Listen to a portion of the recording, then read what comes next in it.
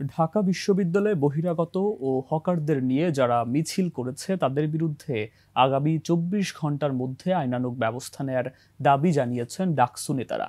ক্যাম্পাসে কোনো ধরনের হকার না রাখা সহ নানা দাবি নিয়ে প্রক্টর টিমের সঙ্গে বৈঠক করেন তারা। রাশেদ রায়হানের রিপোর্ট। কালার এক্সপার্ট, জর্জ স্যাপ এবং মাইল্ড অন হ্যান্ডস টেকনোলজি সমৃদ্ধ অরিক্স ক্রিস্টাল ওয়াশ আপনার লন্ড্রি এক্সপার্ট। শনিবার রাতে ঢাকা বিশ্ববিদ্যালয়ের প্রক্টর অফিসের সামনে জড়ো হন ডাকসুর নেতারা। ঢাকা বিশ্ববিদ্যালয়ে বহিরাগত এবং হকারদের নিয়ে যারা মিছিল করেছে তাদের বিরুদ্ধে আইনানুগ ব্যবস্থা নেওয়ার দাবি জানান তারা।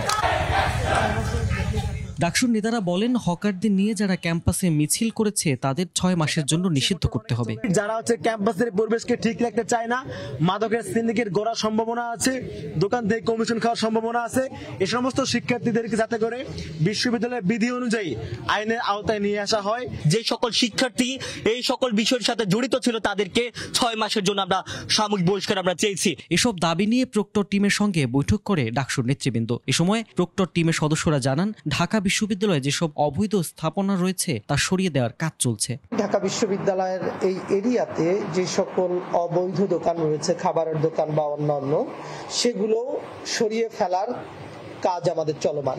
রাশেদ রায়হান, ২১ টেলিভিশন, ঢাকা।